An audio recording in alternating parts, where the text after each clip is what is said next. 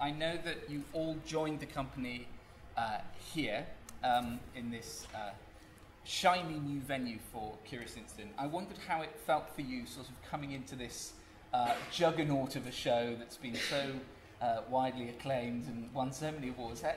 Was it with some trepidation that you took it on? No, none at all. No, not for me. Yeah, no. No, it was a no-brainer, really. I mean, I hadn't seen the show, I have to say, so I didn't quite know what I was letting myself in for in terms of all the physical work that we had to do. So in rehearsals, we did 6 weeks of rehearsals with an hour's workout every morning, boot camp. Called it, or sweat prison, it was also known as, just to get ourselves physically able to do this show, and you know, everybody is doing that, but particularly important for all the people that are lifting and for Christopher. So I had no qualms about coming into it. I knew that it's a fantastic story. I didn't know just how extraordinary a production it is once you've thrown all the bells and whistles at it, that you put on top of this very beautiful and touching story. I think it's a real delight to be part of it, I have to say. Yep. Had either of you two seen it previously? I saw it at the Cottesloe in the round. Right. Me and my daughter went. And how did your sort of impressions of the show compare to actually being involved? I mean, the essence of the show was there, but it felt very different because it was so intimate, and we were sat around the light boxes, I mean, this close to the performers, whereas here you've got 3 tiers of audience in a cross arch, so it has got a different feel, but the ensemble feeling is still very much there. It feels like something that's been made and created with people's imaginations. And Vivian, it's such a physical show. Yeah. I guess it's probably a lot harder work than it may look. Seems, yeah, well that's what we're trying to give off. That it's not so physical, but I didn't realise how physical it would be actually. I heard some mention of it being, I think someone's lurking in the door. I think someone's lurking.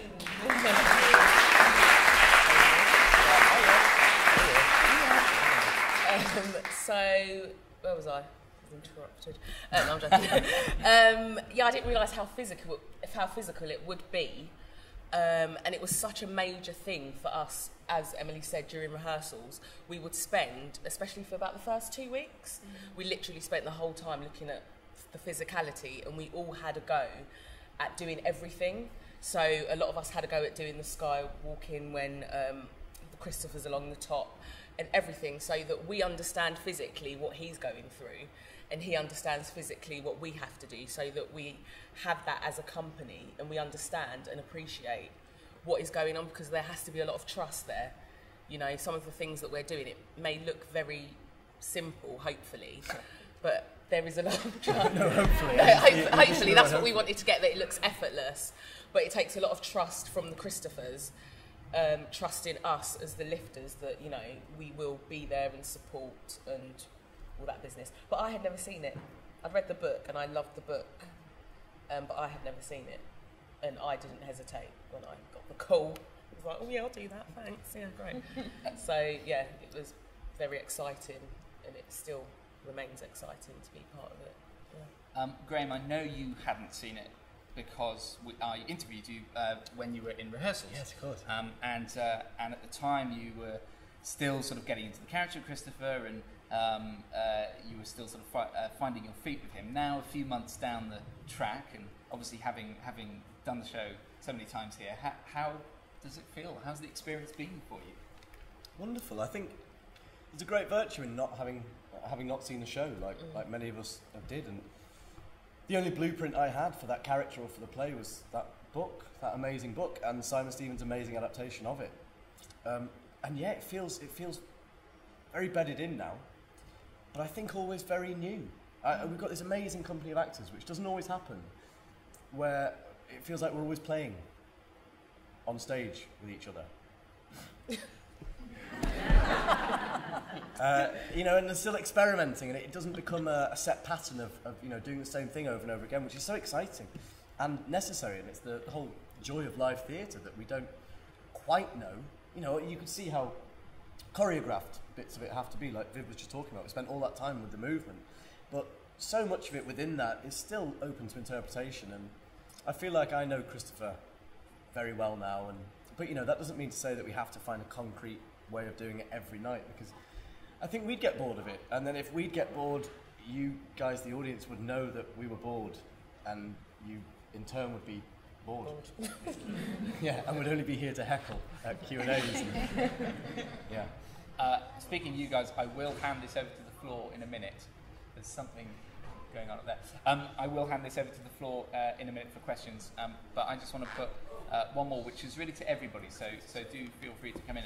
Do you think having the, as it turned out, sort of enforced break for the show of, I think it was about 6 months, due to the incident next door at the Apollo, do you think in some ways that enabled the company to take a bit of a fresh look at it, maybe, to sort of take a step back and just play around with some elements of the show and maybe inject a bit of a sort of fresh energy into it?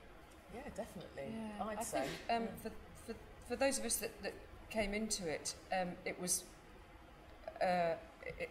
great in a way to have those months of. I mean, I actually knew before the incident at the Apollo that I was going to be going into it, and the plan was that I would, you know, the previous cast would sort of slip out of the stage door on a Saturday night, and I would be there on a Monday night, and it would be rather seamless. So, I mean, what's happened for us is that there were cuts made, a few things were looked at again, that we had time to really re-rehearse, and that, I mean, everybody, that's, you know, everybody involved, and to give it the time and the space that we needed in order to bring it into this new home.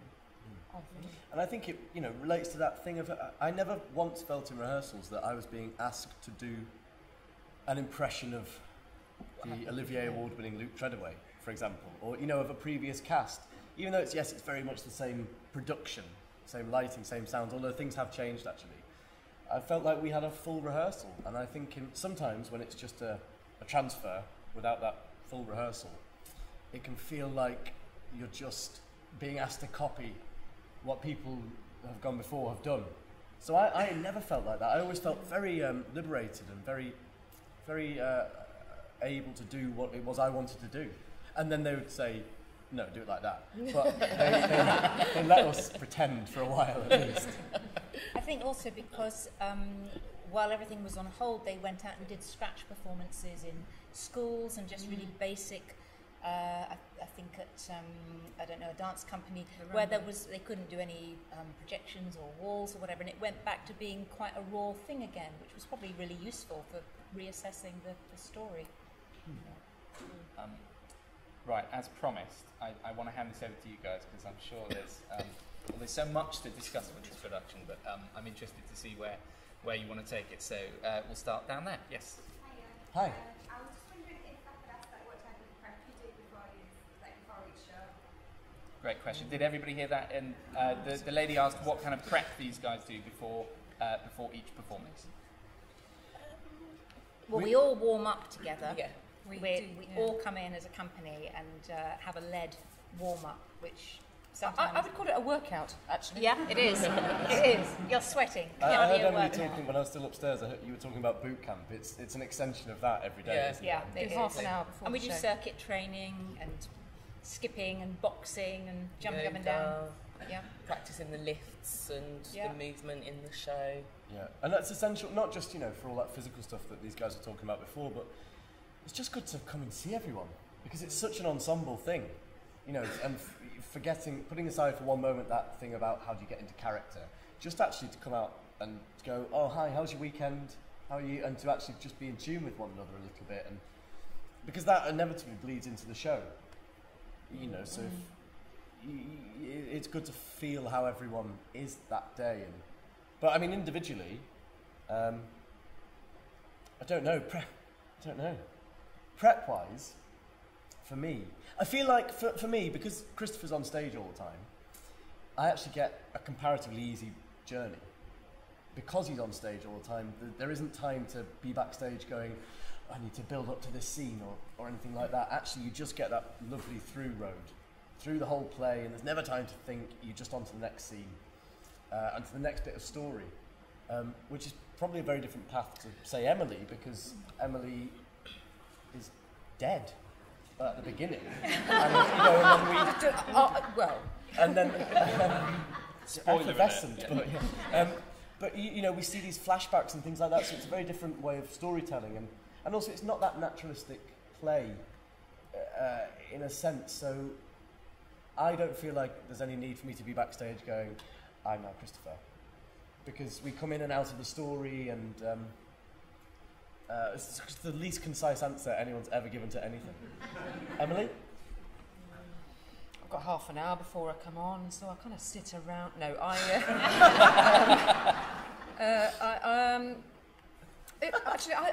think it's actually one of those plays that we've been doing it now for almost 3 months, I think, and you have an incredible. Your body is capable of incredible muscle memory, and I know that when I come on from the back of the stalls there. I know that when I get there and I hear the same words every night, and I'm listening over the tannoy, you just gradually get into it without actually having to break yourself too much in order to get into character. It just happens, and we rehearsed so thoroughly and looked at everything so intricately that it's there. And if I was to explore too much of the mother's pain as she's writing those letters, I would probably not be able to make it out of my dressing room. So, there's a certain amount of it that you just have to rely on being there, that we've rehearsed it. I always find it very exciting as an audience member when I see people, sitting on the side of the stage, and you get it quite a lot in theatre now. It's this sort of Brechtian device, and it's lovely to watch. So the skill, rather than of watching Daniel Day-Lewis, and this is not to discredit him, it was wonderful, but Daniel Day-Lewis down a hole for 6 months before he did There Will Be Blood or whatever, that's great. But I think it's much more of a skill to watch Viv walk off as one character and walk immediately back on as someone else, and I think that's great, that's entertaining, and I still believe it, and I still know that it's about being truthful, and truth is there. It's just a different way of working, really, isn't it? Yeah. It's just lady at the back. Yeah. Again, I'll just repeat the question. I'll try to repeat the question, but the lady's asking to what extent is Christopher's condition, which is not explicitly named by Mark Haddon, and there's an interesting piece in the programme actually about how he regrets that Asperger's syndrome was used on the front cover of the original book, but to what extent was that sort of discussed in the cast, and what have they learnt about this about the condition through doing the play? I think Mark Haddon wrote this novel, and like you say, was quite regretful of that tag, because I think mainly because it then became a book about autism, which it clearly isn't. It's a book about mothers and fathers and families and lies and betrayal and all these other things, all these human emotions that are so much bigger than autism. But I think we knew from day one that to do it responsibly, Christopher narrates the book as he does the play, in a sense. So he would only describe himself as having behavioural problems. But I think it was important for us to pinpoint what we could decide it was. And yes, I mean, everything indicates that he is Asperger's, or high-functioning autism. And because this production has been on before, we were very lucky, and it's the National Theatre, so they've got all these lovely arms that go out to all these places, and some very generous schools, 2 in particular. One run by a charity called Ambitious About Autism, which is based in North London, in Muswell Hill. And a school down in Lymington, which is near Portsmouth, which is a boarding school for boys with Asperger's. And they were both incredibly generous with their time, the staff and the parents I know you met, and pupils themselves would talk to us. And it was, I think, profoundly important to know exactly what it is we were talking about. Otherwise it becomes a wash of doing an impression of some sort of mental disability, which is not respectful and also doesn't mean anything. I mean, you still have to work with the text. So Christopher's got that beautiful line, the only time we really talk about this condition, when he says, it's a special school. All the other children in my school are stupid, except I'm not meant to say that, even though that's what they are. Well, Christopher, that's what he believes. You know, he's above everybody else. But it's important for everybody else, I think, to have some understanding of why Christopher does these things in the play that he does and reacts certain ways. Yes, we talked about it at length, didn't we? Yeah, we did lots of research. Answer the question. We don't need to expand. Yeah. Shush now. Yes. So, yes. Yeah, I'd say because I'm a teacher as well, so I've worked in special schools, and in my school we have a special needs department and stuff like that. So we did speak about it at length, and I'd say that. Why are you laughing?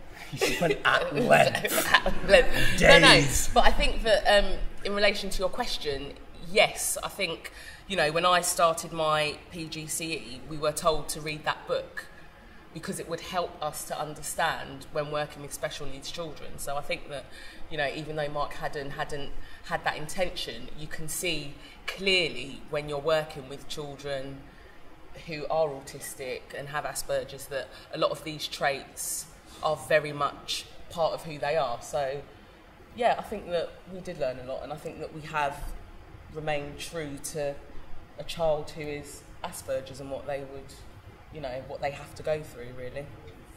I'd say. Yeah. Yes. Yep. So the question was, has playing these characters and living in Christopher's world changed the way that these guys see the everyday world? I get asked a lot if I were able to describe Christopher in 3 words or something like that, and I always just say a genius, because the way he sees the world, and forget about the maths genius thing, it's just so liberating. It's so wonderful, and to be able to see a character, wouldn't you love to be able to live your life and just go, I don't like you, you smell, get out, or whatever it is, you know. It's so liberating, and he's just this most charming, beautiful human being, and, you know, arrogant and obnoxious and things like that. But I think it's a wonderful way to view the world. And there's one particular thing that relates to that is when Siobhan via Christopher talks about people talking metaphors, and we just live our lives like that. You know, you get to this age, and it was the first time I ever thought, God, that's right, we do. I mean, all day long, you could have a whole conversation back and forth, just using ridiculous metaphors that we don't even know the origins of, or these silly words that we don't know the etymology of, and you could just go back and forth, and I'm getting very excited. And yes, so that, it really has enlightened me in that sense. You know, we live in a world surrounded by nonsense all the time, and you know, I mean, theatre's made up of subtext, and what's so lovely is this play isn't. Everything, you know, Christopher's only included the real bits, or the bits he understands in his narrative, and it's a liberating way to see the world, I think. Yes. And it also really helps from an audience member point of view, I think, understand how somebody like Christopher sees the world.